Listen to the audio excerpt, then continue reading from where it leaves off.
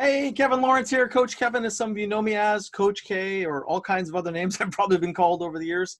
Happy Tuesday. Hope you had a great weekend. For those of you that had a bit of a break, if you did, I tell you what, I sure needed it. Just been going hard for 3 weeks. And I did something that a spiritual teacher taught me more than 20 years ago. They said, Kevin, just give yourself time to just go and wander wherever it feels like you want to go and kind of follow the things that pull you, follow your instincts. And I did it. Now, I've been taking a lot of time normally to take care of myself in the mornings and exercising and eating well and writing and connecting with friends. I've been doing that, but it wasn't enough. I was getting cooked. And so what I did is I followed this practice, and I started on Saturday where I had the no plan is I got up and it's whatever I felt like. I told everyone, look, not available, I might be available, I might not be. And I had a plan. I actually did the opposite.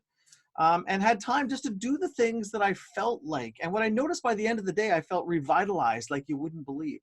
Because it's almost like my instincts or my intuition knew what to do to take care of me. And, I'm a business person, always wants to push. And, but stopping and listening, and for some of you, this might be normal. It's not for me. But it really made a difference doing the things, and some menial things and some interesting things, and just kind of tapping into that spirit of freedom and experiencing life in whatever felt right in the time. It was powerful and refueling for me. So grateful for that. And for you to think about is like, what would that be for you? Like, what are you feeling the pull to do that you can? And obviously, my well wishes goes out to friends in Europe and Australia and Middle East or India, or places where people actually aren't able to leave their homes. Australia, they still can in some cases, but where people aren't able to leave their homes, and it's harder to do those things. So just really think about that and what that might be. And something I want to share with you is a friend of mine, Hazel Jackson, in the Middle East. She runs a company called the Biz Group that does training and events. And she's the one that first helped me or brought me into the Middle East market, where I spent more than a decade of my life going back and forth and working with great companies there. But she shared this with me as to why we're so tired. And so I kind of put her on something here to share with you. And I'll just share my screen here in a second.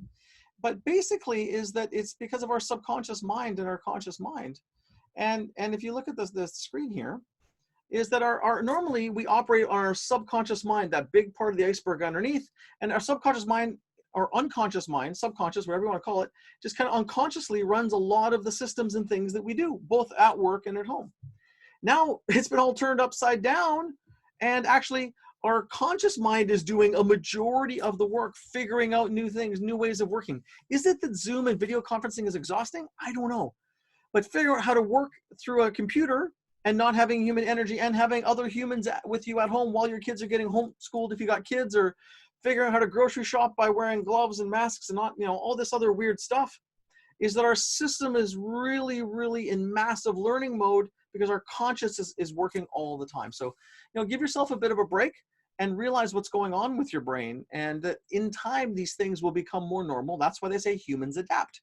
A lot of times it's things that are conscious and require a lot of energy, slipping down to subconscious. The second thing on the business front is this distinction between want and need, or wanted and need.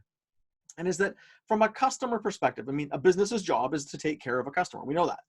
And sometimes we get lost in it and we think our job is to administer our system or do whatever, but really we're taking care of a customer's need. We're an outsourced solution to a problem. Almost every business in the world is.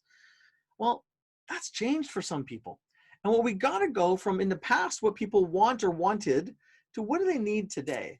And that comes from listening to people, understanding what they need, and even ask, the things that they're demanding or looking for, or in some cases lining up for. But, for your team to really sit and brainstorm, what are the different needs our customers have now?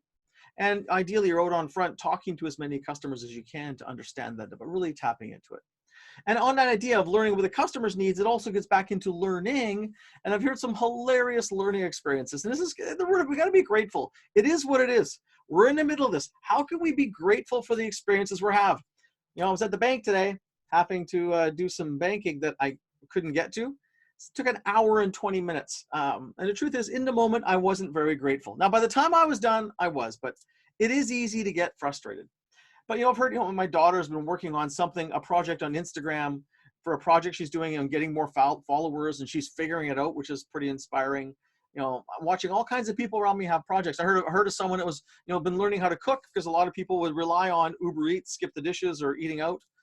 someone was learning how to cook to make pasta, and they didn't know the technique for when you put the pasta in a pot of boiling water, that it gradually softens and then you can put all the pasta in. I grew up cooking, so I learned this. But anyway, I heard the story about how their kitchen almost caught on fire because they put the pasta, they couldn't get it in a pot, so they just left it, and it was on a gas stove. And next thing you know, the noodles catch on fire. But thankfully, they didn't burn their house down, but they learned something. So find a way to have some levity and just laugh at what's going on. You know, laugh at the technical issue we just had on the call before this, where we're ready to demo something and it glitched out. So how can you laugh at what's going on and just be grateful for the opportunities we have, and grateful for the different things that are probably going to come. So I'll leave you with that thought of gratitude, and hopefully you don't have an experience like I had at my bank today, but you know, it's just part of the ride. We get another moment to learn and to make tomorrow an absolute better day. So have a great rest of the day.